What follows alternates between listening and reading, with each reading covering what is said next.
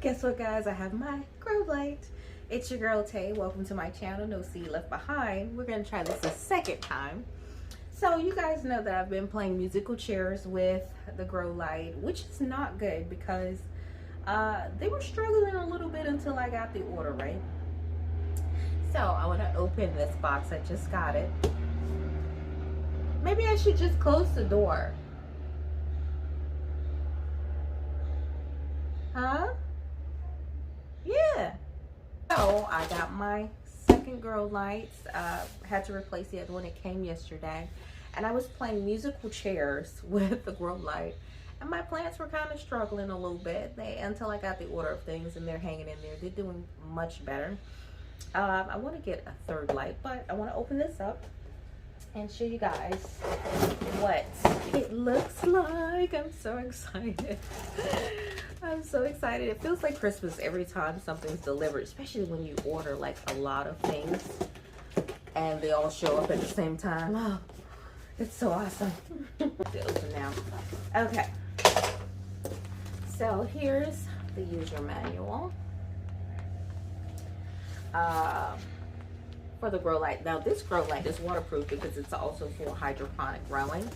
It comes with like harness or lanyards and cables to extend it.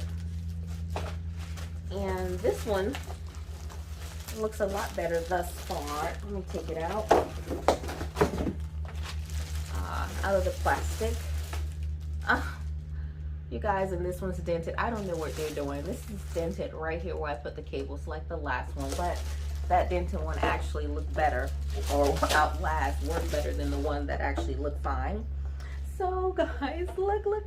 This is my grow light. This is the light board here. It is amazing. I love this grow light. It is the best thing since sliced bread, literally, to someone who does not have direct sunlight on their balcony. This is how you're able to grow indoors with no problems. So this is the battery pack here. Get my Vanna White on. This is the battery pack. This is the dimmer switch. This is the circuit, I believe. And obviously the cable cord. So this is what it looks like. It says model ZHHLB. So if you guys want a grow light and you want to know which one works. Now I haven't tried any other ones, but I know this one works. So definitely you won't be disappointed. I was thinking that I should get another 2 grow lights, but I think I'm going to try that Walmart long light that some YouTuber told me about. It's only like 15 or 30 bucks. I'm going to try that first. But what I'm going to do is, since I'm going to start sowing my seeds, and you'll see that in the next segment of this video, I'm going to buy that light, but I'm going to start my seedlings with this light. So I'm going to pull out my old greenhouse rack and start my seedlings. And with this light, they germinate between 2 to 3 days. Sometimes the very next morning I get up and the plant's like 2 inches tall. So once they get about 4 or 5 inches, then I'll, use another light. But I'm going to start them on this indoors. So while this light is out there, let me tell you guys, I got this figured out until I can buy more because these lights are not cheap. So I'm going to put this one out there in the daytime, let all of them get their goodness during the daytime, all of that good sunshine and light. And then at night, I'm going to bring it in and put it on the greenhouse and let the seedlings get it throughout the night.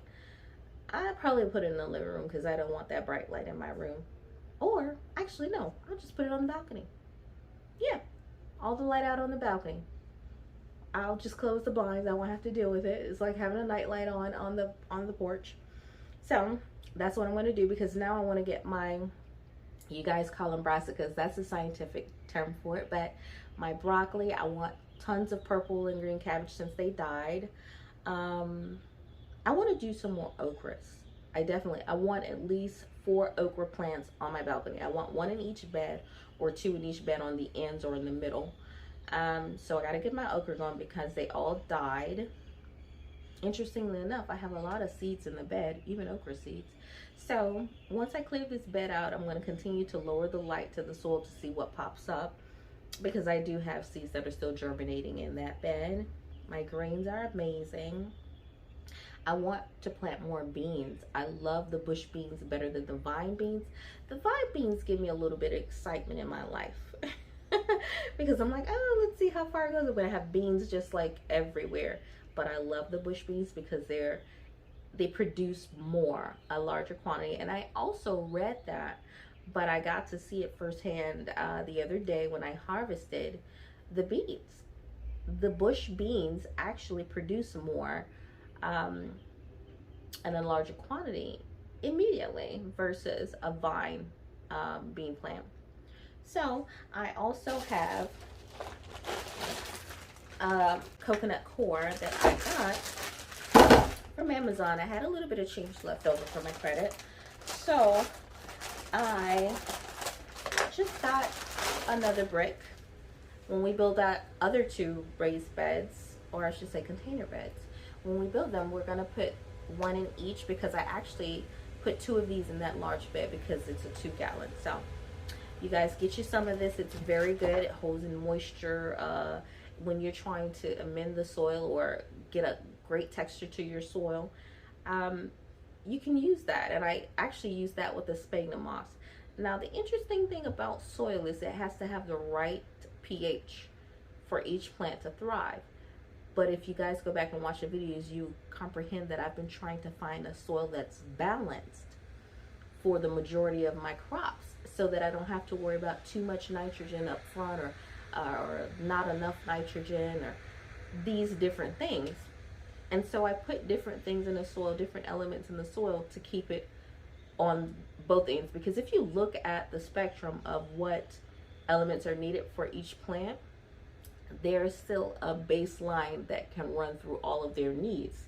So they'll pull from the soil what they specifically need, which would then balance out the plant next to it that doesn't probably need that much.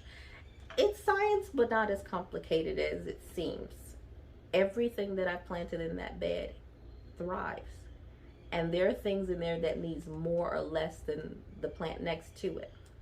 By the grace of God, it's working. But that is the beauty of having a closed container versus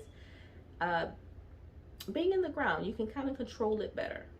Now, the one thing that I want to let you guys know about fertilizing with the granular products, you can fertilize them without leaching the soil, meaning you throw the dust around, the fertilizer around, and then the water just leaches it and washes it off. There was a woman that I saw on YouTube, I can't remember, she was an older woman, and she was being interviewed, and her whole garden were container plants in pots, but she had land. For some reason, she didn't grow in ground. And this guy was interviewing her, and how she fertilized her plants, she just take like this metal bar that was hollow and a hammer, and she'd go and she'd hammer down into the container wherever the plant was next to the roots. She wasn't concerned about damaging the roots so much, so she'd get close enough, not too close to the stem, maybe about 5 inches away, and she'd hammer in, take that tube of soil out, and then she'd pour the fertilizer directly in the hole, and then she'll put the soil back in. So the roots would actually, and she'd do it on 1 or 2 sides of the plant, and the roots would stretch out and find the nutrients, because while it's being watered, it's dissipating. So I thought that was awesome. That's where I got the concept to put holes in the soil in my water bottles when I first started, because I didn't want the fertilizer to just wash away through the holes in the bottom of the plastic bottles or containers. And so that's something to think about when you want to fertilize in your container bed. That's how you maximize your fertilization and stretch your product. So we're going to go ahead and get into sowing these seeds. Thank you so much for watching, and I hope you enjoy this video. Don't forget to like, subscribe, and share.